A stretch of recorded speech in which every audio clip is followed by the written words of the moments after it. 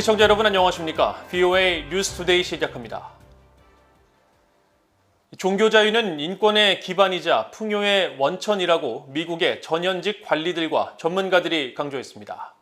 이들은 중국과 북한 등 권위주의 국가들의 종교 박해를 좌시해서는 안 된다며 외부 정보 유입과 공개적인 개선 압박을 지속해야 한다고 권고했습니다. 첫 소식 김영권 기자가 보도합니다. 사만타 파워 미국 국제개발처 처장은 14일 워싱턴에서 열리고 있는 국제종교자유회의 연설에서 종교 자유와 관용에 대한 결의는 미국의 진정한 기반이라고 강조했습니다. 파워 처장은 그러면서 바이든 행정부는 이런 이유로 종교 자유 보호에 전념하고 국내외 종교 자유 신장에 헌신하고 있다고 밝혔습니다. We know that when countries promote religious freedom and protect religious minorities, democracy is more stable. Communities are more likely to develop equitably and prosper. The rights of women and girls are more likely to be protected. And overall quality of life improves. 마이크 폼페이오 전 국무장관도 연설에 참여해 종교 자유를 실천하는 것보다 사회에 더 기본적인 권리는 없다며 북한 등 권위주의 정부들의 종교 박해 문제를 지적했습니다.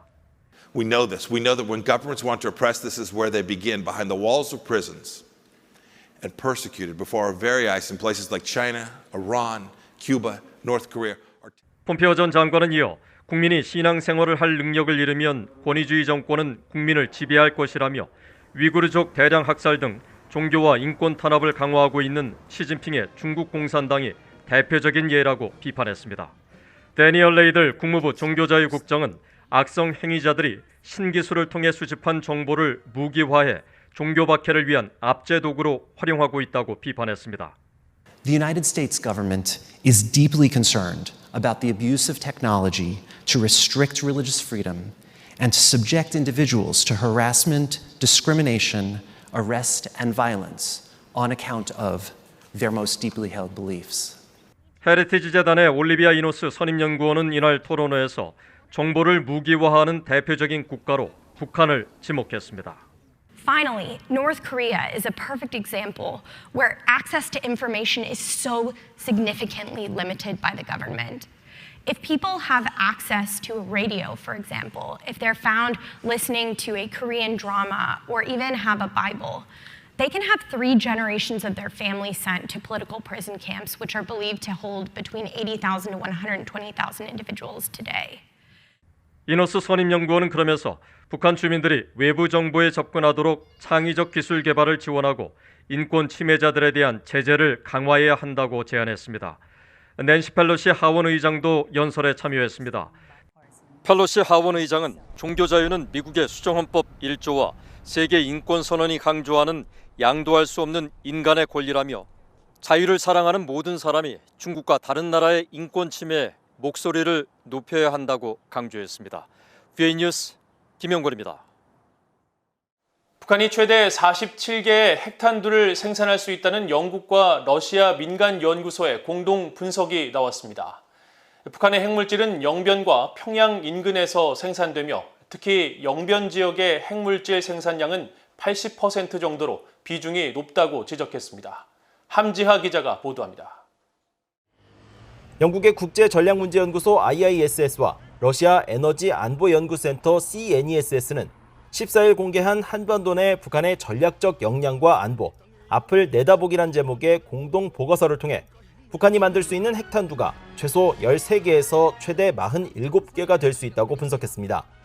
북한의 과거 영변 핵시설의 가동 정황과 기존 핵실험에서 사용한 핵물질의 양과 공정 손실률 등을 토대로 북한의 플루토늄과 고농축 우라늄 보유량 추정치를 계산하는 방식으로 북한은 18에서 30kg의 플루토늄과 영변과 평양 인근 천리마 지역에서 생산되는 180에서 810kg의 고농축 우라늄 보유량이 제시됐습니다.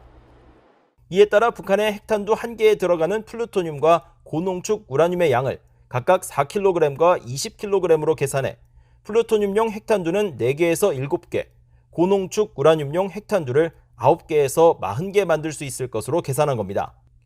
보고서는 특히 북한의 핵물질은 80%가 영변에서 만들어진다며 북한 핵활동이 영변 핵시설에 집중돼 있다는 점에도 주목했습니다. Closing down Yongbyon would stop further thermonuclear development if North Korea can't produce plutonium, and if they can't produce tritium. So there is value in shutting down Yongbyon.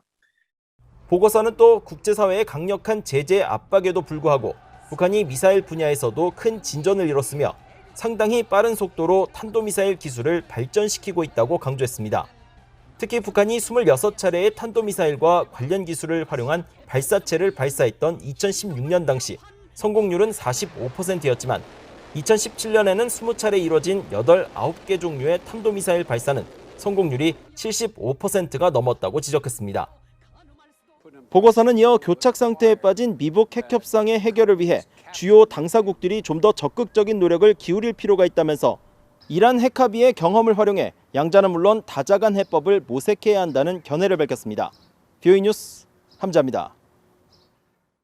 지난 2019년 미북 하노이 2차 정상회담에서 합의가 결렬된 것은 실무회담 단계에서 북한 협상단이 실제 협상을 할 수 있는 권한을 거의 갖고 있지 못했기 때문이라고 스티븐 비건 전 국무부 대북특별대표가 밝혔습니다.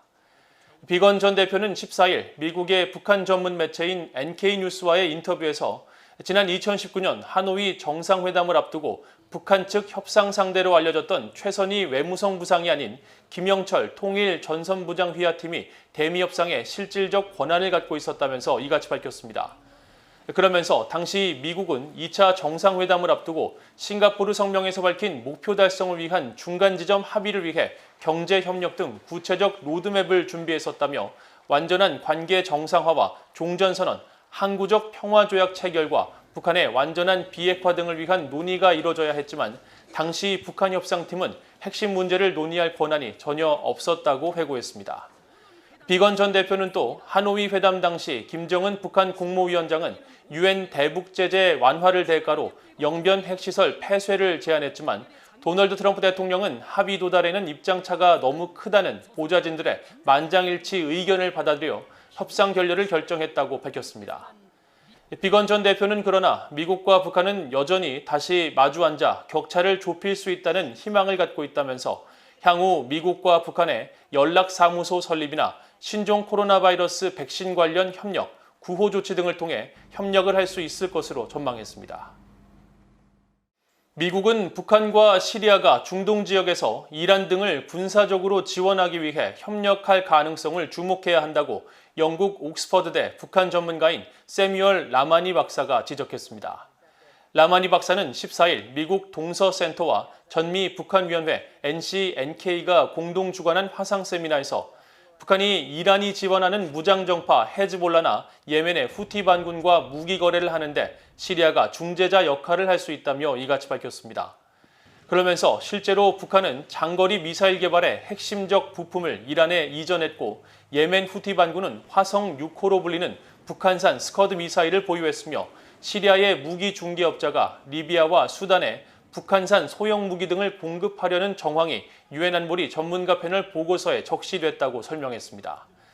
라마니 박사는 이어 시리아 내전에 개입했던 러시아와 이란이 시리아 안보 분야에 계속 영향력을 행사하려고 하겠지만 시리아는 지정학적 이해관계가 없는 북한을 좋은 거래 상대로 여겨 안보 협력을 강화하기를 원할 것이라고 분석했습니다. 미국 국방부는 오는 8월로 예정된 미한 연합훈련을 축소해야 한다는 한국 내 일각의 주장과 관련해 동맹의 힘은 일방적 결정이 아니며 미국은 동맹과 협의를 통해 군사적 준비태세를 갖추기 위해 조율을 계속할 것이라고 밝혔습니다.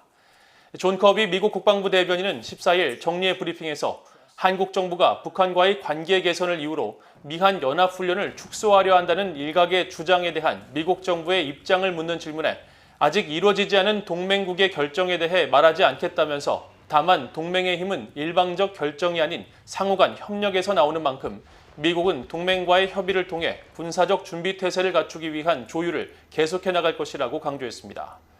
커비 대변인은 또 8월 미한 연합훈련의 규모와 축소 시행 여부를 묻는 질문에는 구체적 사항에 대해 언급하지 않겠다면서도 미국은 한반도에서 준비태세와 능력 확보에 계속 전념할 것이며 신임 주한미군 사령관이 이를 위해 주한미군을 비롯한 동맹과의 훈련체제 조율에 긴밀히 협력하고 있다고 말했습니다. 지난 2019년 미국 정부의 허가 없이 북한에서 열린 암호화폐 관련 컨퍼런스에 참석해 미국의 국제 비상경제권법과 대북제재 등을 위반한 혐의로 재판을 받고 있는 미국인 버질 그리피스 씨가 보석 조건을 위반해 다시 구금될 가능성이 큰 것으로 알려졌습니다. 미국 뉴욕 남부 연방법원의 케빈 카스텔 판사는 13일 그리피스 씨에 대한 보석 조건을 다시 검토해달라는 검찰의 요청을 받아들여 오는 20일 그리피스 씨의 법원 출석을 명령했다고 밝혔습니다. 앞서 지난 9일 검찰은 그리피스 씨가 동결된 자신의 암호화폐 계좌에 대한 접근을 시도한 정황을 포착했다고 재판부에 밝혔으며 특히 지난 5월 2차례에 걸쳐 암호화폐 거래소에 메시지를 보내 자신의 계좌에 대한 접근 권한을 요청했다고 설명했습니다. 해당 계좌에는 약 100만 달러어치의 암호화폐가 예치된 것으로 전해졌는데 미국 법원은 당초 그리피스 씨에 대한 구치소 수감 대신 자택에 머무는 것을 허가하면서 암호화폐에 대한 접근 금지 등을 보석 조건으로 명시했었습니다. 검찰은 공판을 앞둔 그리피스 씨의 이런 행위는 그의 도주 위험이 용납할 수 없는 수준으로 커진 것을 보여준다고 지적하면서 그가 다시 구금될 수 있도록 조치를 취해줄 것을 요청한다고 밝혔습니다.